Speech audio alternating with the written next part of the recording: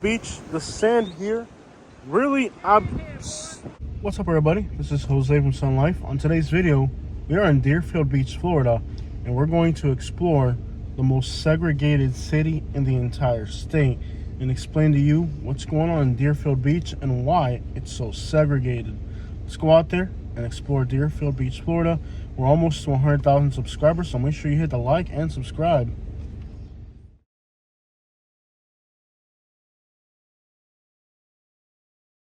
Guys, so we are on the black side of town now, which is west of Dixie Highway. Dixie Highway separates the black side from the white side, but it's nice on both sides. It's not like in Alabama or Mississippi where the black side is just this abhorrently poor place. It's actually pretty nice on both sides, and if there's one good thing that can be said about the situation is that there isn't a massive economical divide between the black area and the white area.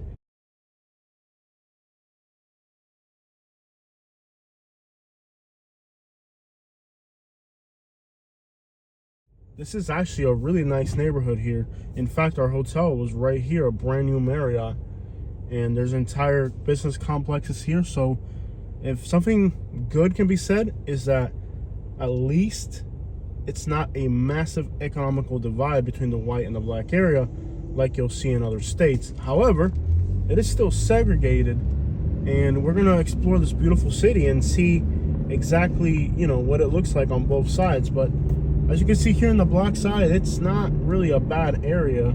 There's plenty of business, plenty of economy, lots of new construction going in. It's not exactly a poor area. In fact, Deerfield Beach is probably one of the nicest African American communities that you're going to see in the United States, because there is a lot of money. Now, once you get to the white areas, you have extraordinarily rich areas. If you go north here in the Boca Raton, one of the richest cities in Florida, and if you go towards the water, right on the water, you're talking some of the most expensive real estate in the country in Palm Beach County and Broward and Dade. So there is an economical divide because of how wealthy the white population is, but it's not like the black population here is living in abhorrent poverty.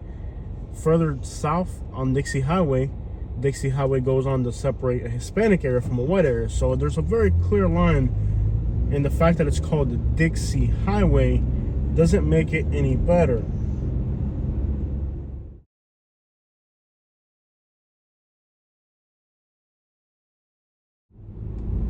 And this is in fact the most segregated place in Florida. Dixie Highway, which we're approaching now, is going to separate the blacks from the whites, where on this side of the road everything is about 80% black, and everything on the other side of the road is at least 80% white. So we just crossed Dixie Highway here, and now we've entered a white community. As you can see, it looks exactly the same. I think there's rural palm trees on this side over here. So there's a little bit more, look at the size of that beautiful banyan. You can tell, though, when you enter the white area that there's more money. There's more palm trees that are expensive, there's more vegetation, and the houses are just a little bit bigger. But it's not this abhorrent thing where the black area is starving while the white areas are rich. It's not like that. What are we doing, left or right? So we're gonna go get some French food and spend some time here. I love the Mercedes-Benzes.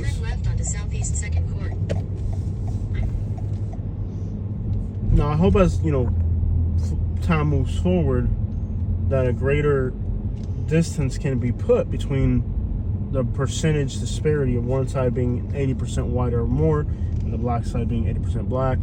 Over time that line disappears, but unfortunately that line of Dixie Highway, if you look at a race map, is a very well-defined line that separates the whites from the blacks, and it's just it's the most stark contrast of any neighborhood in Florida, where one single road simply separates the blacks from the whites, as if we were in Alabama. But these are beautiful neighborhoods, and it is a beautiful city overall. And beautiful architecture. Turn right, then your destination will be on the right. and we're gonna go get some awesome French food. And it's not so much the daylight population, you could tell. This guy's from New York.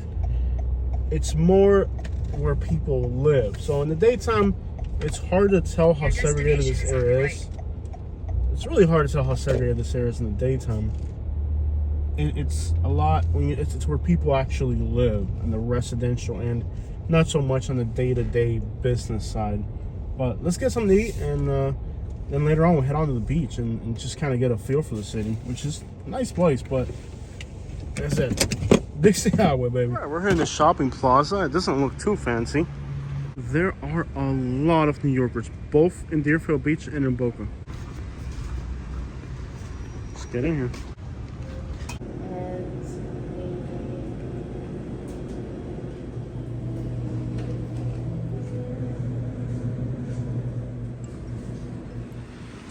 Yes, welcome to Deerfield Beach. It is just gorgeous out here. There's a problem with Deerfield Beach, and it is that the sand here almost looks like dirt. Yeah, the sand is dirt. That is not really, it's like dirt. It's not nice. So while the beaches here are visually very appealing, beautiful beaches, the sand is garbage.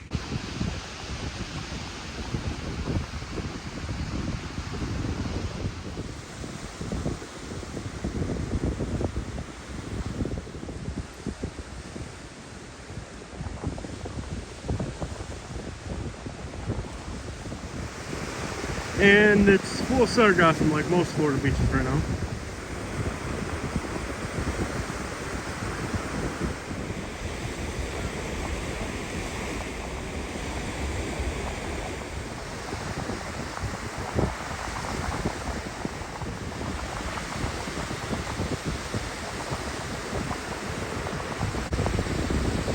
Unfortunately, despite being a beautiful beach, the sand here really, get in here, boy. You tell them. Don't put up with that crap. You better get over here. Tell them, man.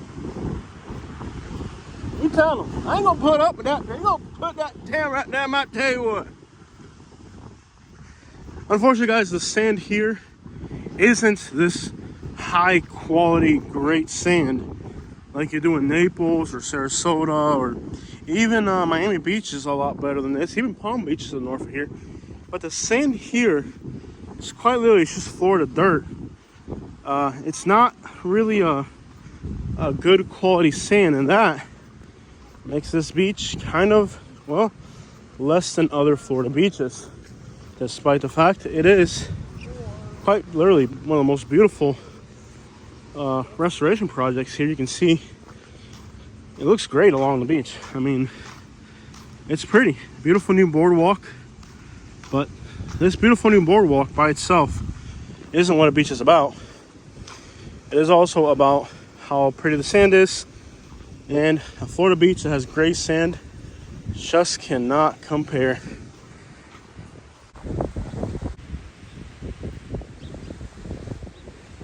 And despite being a really hot day, there is a great breeze out here.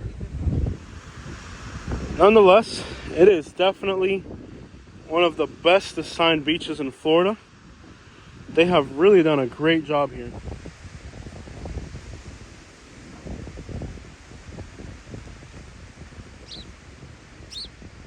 They put coconut trees along the coast, beautiful green grass on the bottom, beautiful work with the pavers. I mean, the tiki huts. This is definitely the nicest looking stretch of beach in Florida as far as aesthetics. It's that dang sand that really sucks here. Alright guys, so there it is. This is definitely, I would say, the nicest boardwalks in Florida, on par with Hollywood Beach, if not better, which is also here in Broward County. But again, if you can't get that white sand, I'm trying to tell you, I might just setting up a nice little tent here on this grass quite a different story, you could say, than you know, beaches that don't have all these beautiful investments. So I think they've done a great job on that end. And there it is, guys. Florida's segregated nice beach.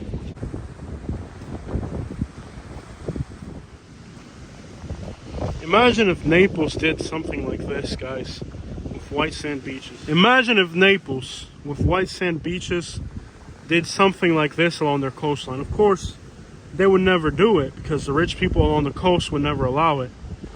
But if you look on the left, those are all private condos, just like in Naples. If they just allowed Naples to create what they've created here, Naples would be the best beach in America. But they would never do it.